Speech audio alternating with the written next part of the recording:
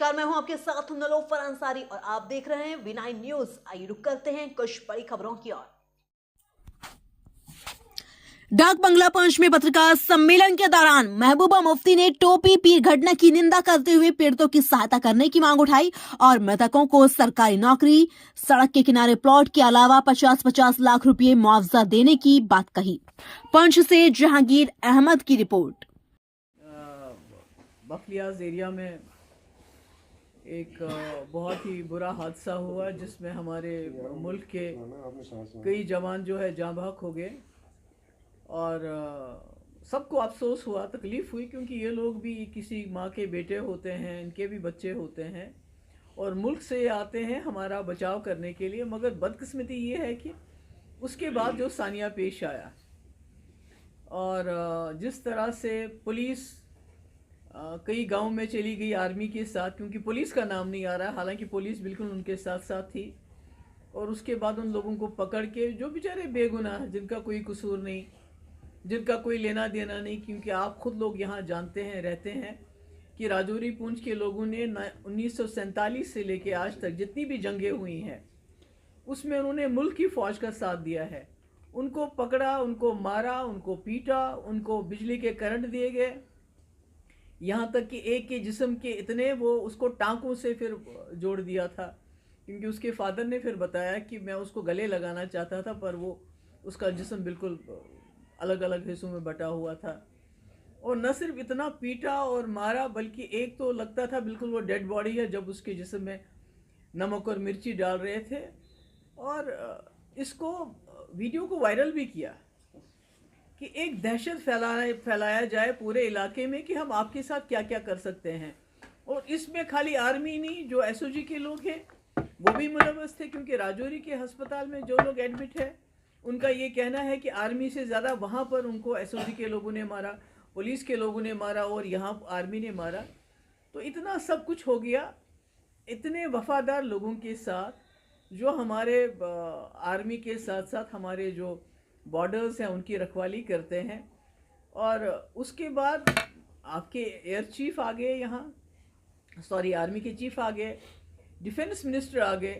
तो यहाँ आने के बावजूद क्या उसके बाद क्या हुआ? एफआईआर दर्ज हुई, एफआईआर दर्ज होगी, नामालूम, अननोन क्यों है? वीडियो में तो आपको सब नज़र आता है, कौन लोग मार रहे हैं, कौन लोग पीट रहे हैं। और ये भी गाँव के लोग जो हैं उनको मालूम है तमाम उन पुलिस वालों के नाम जो वहाँ उस गांव में चले गए आर्मी के साथ, उन आर्मी वालों को वो पहचानते हैं। तो अननोन कैसे हो गया? तो अगर आप अपराध करने वाले को उसकी सज़ा नहीं देंगे तो आप फिर एक हिसाब से अपराधीकरण कर रहे हैं, चाहे वो पुलिस में लोग हैं, चाहे वो आर्मी में लोग हैं। अगर आप उनको सज़ा नहीं दोगे तो फिर आप लोगों के साथ इंसाफ कैसे करोगे? तब मैंने कोशिश की आने की, मुझे घर में अंडर हाउस अरेस्ट रखा गया। परसों मुझे रात को बताया गया आप जा सकती हैं, क्योंकि पहले बीजेपी के जो प्रेसिडेंट है रविंदर रैना जी चले गए, उसके बाद नेशनल कॉन्फ्रेंस की लीडरशिप आई, वो भी चली गई। उसके बाद मुझे बताया गया आप भी जा सकती हैं, और जब हम बखलियाज पहुंचे तो बोला अब आप नहीं जा सकती हैं। तो मुझे समझ नहीं आया कि ये क्या छुपा रहे हैं, क्योंकि जो हमारे पास रिपोर्ट्स हैं वो ये हैं कि न सिर्फ इन्होंने वहाँ से लोगों को उठा के बेदर्दी से मार पीट के उनको कत्ल कर दिया, बल्कि जो वहाँ जो औरतें थी, जो बच्चियाँ थी, जब उन्होंने इनके सामने तरले किए कि हमारे लोगों को छोड़ दो, तो उनको भी उनके साथ बड़ी बदसलूकी की, उनके साथ बड़ी बदतमीजी से पेश आए, उनको धमकाया कि अगर आप लोग पीछे नहीं हटोगे, अगर आप इसी तरह हमारे पीछे आती रहोगी इनको वापस लेने के लिए, तो हम आपके भी कपड़े उतार देंगे और आपका भी वही हाल कर देंगे जो हमने आपके मर्दों का किया है। तो ऐसा लगता है वहाँ हमें न जाने देना, इस तरह रोक देना जैसे कोई मिलिटेंट को पकड़ने वाले होते हैं। इतनी फ़ौज इन्होंने लाई, कंडे वाली तारें लाई, लेडीज़ फ़ौज लाई रोकने के लिए। तो हम तो कोई बाहर से आए, हम तो कोई चीन से नहीं आए हुए हैं, हम तो कोई पाकिस्तान से आए हुए लोग नहीं हैं, हम तो अपने लोगों के बीच में और अपने लोगों के पास जाना चाहते हैं। तो हमें रोका क्यों गया? तो हमें जो इन्फॉर्मेशन वहाँ मिल रही है कि इन्होंने वहाँ इतनी ज़्यादती की है, उस ज़्यादती को छुपाने के लिए ये नहीं चाहते हैं कि महबूबा मुफ्ती वहाँ चली जाए और वो जो औरतें हमारी बच्चियाँ हैं वो अपने दिल का हाल हमें सुनाएं, हमें बताएं। उसके बाद हम वापस आए, मैंने दिया प्रोग्राम आज जाने का, मैंने राजौरी अस्पताल जाना था, क्योंकि वहाँ भी कई लोग ज़ख्मी हैं, उनको देखने के लिए। उसके बाद मुझे जाना था शादरा शरीफ। शादरा शरीफ से मैं बंगाई जाना चाहती थी, जिस गांव के लोग इन्होंने पिकअप किए।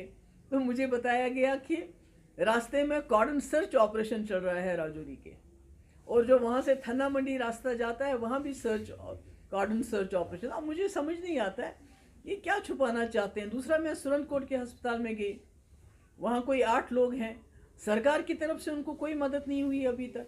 4 लोग उसमें जो आपका सुरनकोट में आर्मी का अस्पताल है उन्होंने रखे हुए, मुझे समझ नहीं आता है। मैंने कोशिश की मैं वहाँ जाऊँ, मुझे वहाँ जाने की इजाज़त नहीं दी गई, क्योंकि उनके घर वाले बहुत परेशान हैं, घर वालों को आने नहीं देते। हमें मालूम नहीं है वो जिंदा है मुर्दा है क्या है। उनको सीधे अस्पताल में क्यों नहीं भेजते, गवर्नमेंट हॉस्पिटल में क्यों नहीं भेजते, आर्मी उनको अपने अस्पताल में क्यों रखा हुआ है। तो इससे कई शक और शुबात दिमाग में आते हैं।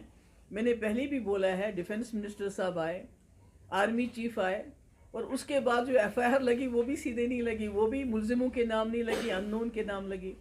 और शायद इसकी सबसे बड़ी वजह यही है कि जो आज भी वहाँ 14 RR बुरी खुली तरह से घूम रही है, लोगों को धमका रही है, पुलिस के लोग धमका रहे हैं। कल मैं गई, वो औरतें मेरे से मिलना आना चाहती थी, उनको मेरे पास नहीं आने दिया, मुझे वहाँ नहीं जाने दिया। तो फिर आर्मी चीफ के आने का या डिफेंस मिनिस्टर के आने का क्या फ़ायदा हुआ, अगर लोगों को आज भी खौफजदा किया जाता है। कोई टेरिटोरियल आर्मी का कोई जग्गी या जगह है, मुझे नहीं मालूम है, उसने वहाँ बहुत दहशत फैला के रखी है। उसने लोगों को बोला है मैं जम्मू जा रहा हूँ, मैं वहाँ से वापस आके आपको सबक सिखाऊंगा। अब और क्या सबक सिखाएंगे।